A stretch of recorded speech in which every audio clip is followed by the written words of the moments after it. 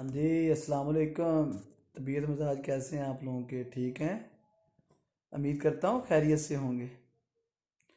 अच्छा, जो सबसे ज़्यादा इंक्वायरी आप लोगों की तरफ से आ रही है और आप लोग काफ़ी डिस्टर्ब हैं और आपके कॉलेजेस वाले आपको मज़ीद डिप्रेस कर रहे हैं। Maybe I don't know कि वो क्यों कर रहे हैं, या तो इग्नोरेंस है या फिर लैक ऑफ अवेयरनेस है, या फिर कुछ लोगों की आदत होती है कि स्टूडेंट्स को तंग करना, जलील करना। तो मे बी जो भी वजह है, सो स्टूडेंट्स बड़े परेशान हैं। So let me clear something for you people कि आप बार बार मुझसे पूछ रहे हैं कि सर, एक वाईफाई के कनेक्शन पे, एक इंटरनेट के कनेक्शन पे क्या दो लोग या तीन लोग अगर पेपर देंगे तो वो पेपर कैंसिल कर देंगे? तो मुझे ऐसे क्वेश्चन पे हंसी आती है, और जब मैं पूछता हूँ तो मुझे बताया जाता है कि जी हमारे कॉलेज वाले फरमा रहे हैं ऐसा। तो बेटा ऐसा कुछ भी नहीं है। एक वाईफाई के नेट पे, एक हॉटस्पॉट पे 25 लोग या 30 लोग भी पेपर दे सकते हैं, कोई ऐसा इशू नहीं है। बशर्ते कि आपकी जो इंटरनेट की कनेक्शन है वो स्ट्रांग हो, मतलब डिस्टरबेंस ना हो, सिग्नल या फिर नेट का इशू ना हो। खैर वो इतना हैवी फाइल्स नहीं है तो वो कोई इशू नहीं करेगा। तो ऐसी कोई भी बात अपने राइट कान से सुने और लेफ्ट कान से निकाल दें, ठीक हो गया। और दूसरी बात जो मुझसे बार बार स्टूडेंट पूछ रहे हैं कि सर क्या ऐसा भी हो सकता है कि एक हमारे पास लैपटॉप है और उस पे मैंने पेपर दे लिया और मेरे बाद दूसरी डिफरेंट टाइमिंग में कोई पेपर देगा तो उसका पेपर कैंसिल हो जाएगा? तो भाई ऐसा बिल्कुल भी नहीं है।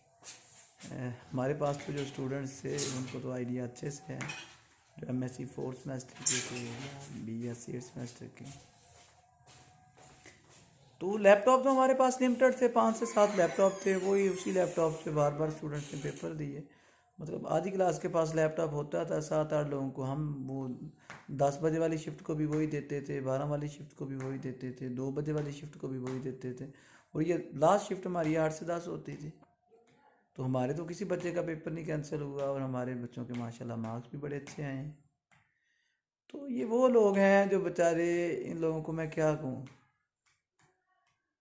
मतलब ये वो लोग हैं जो माशरे का पिसा हुआ तबका है, जिनको थोड़ी सी तवज्जो चाहिए और अपनी तवज्जो गेन करने के लिए आप लोगों को प्रेशराइज कर रहे हैं। सो मुझे बड़ा ज़ाती तौर पे अफसोस होता है कि बीइंग एजुकेशनिस्ट हमारा काम है कि अपने बच्चों को प्रॉपरली गाइड करें, उनको डिप्रेशन से निकालें, और हम अपने बच्चों को खुद ड्रैग कर रहे हैं डिप्रेशन की तरफ, उनको डरा धमका के।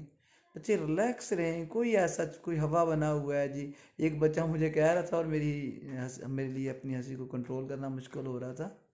वो कह रहा था कि सर, एक आधा लम्हे के लिए आपने अपनी आंख को दाएं बाएं किया तो पेपर कैंसिल हो जाएगा। और वो एक फ़ोटो है, मेरा ख्याल है वो सोशल मीडिया पे सर्कुलेट कर रही है।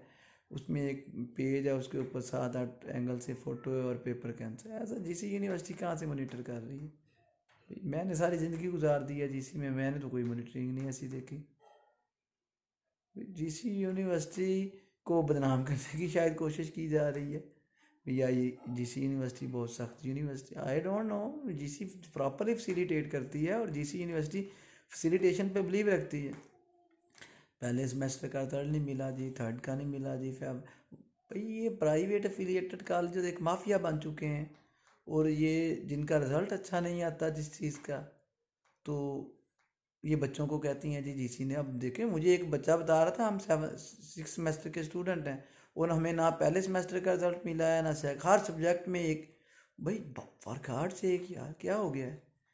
मतलब एक आधा तो चलो कोई हो गया इंसिडेंट, रेयर केसेस होते हैं लाइफ में, हो भी जाता है, लेकिन ऐसा थोड़ी होता है कि हर सेमेस्टर में ही आपके 2-2 सब्जेक्ट्स के रिजल्ट नहीं रुके हुए हैं, एक एक सब्जेक्ट का रुका हुआ है।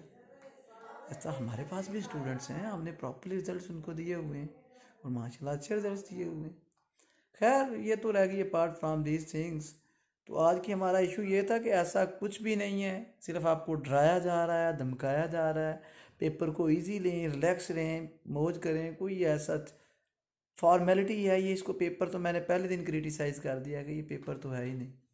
आपका पेपर आपका टीचर हल कर रहा है, आपका पेपर आपके फ्रेंड्स हल कर रहे हैं, आपका पेपर आपके सीनियर्स हल कर रहे हैं, आपका पेपर आपके रिलेटिव्स और पढ़े लिखे लोग और दोस्त अहबाब हल कर रहे हैं।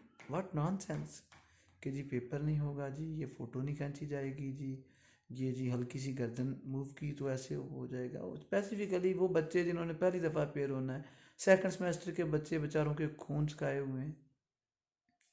ठीक है यार, बच्चों को रिलैक्स रखें, उनको उनको अगर आप सही गाइड नहीं कर सकते तो फॉर गॉड सेक उनको आप गलत तो ना गाइड करें।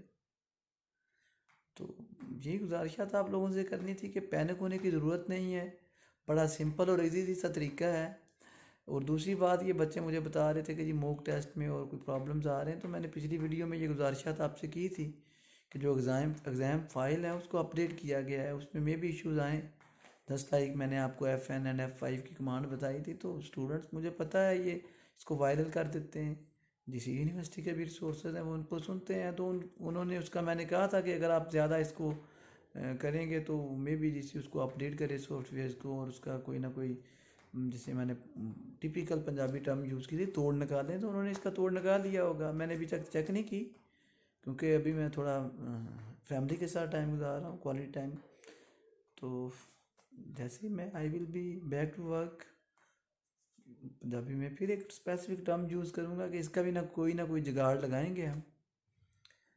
तो डोंट वरी, जस्ट रिलैक्स, ऐसा कुछ भी नहीं है, पहले पेपर के बाद आपको आइडिया हो जाएगा।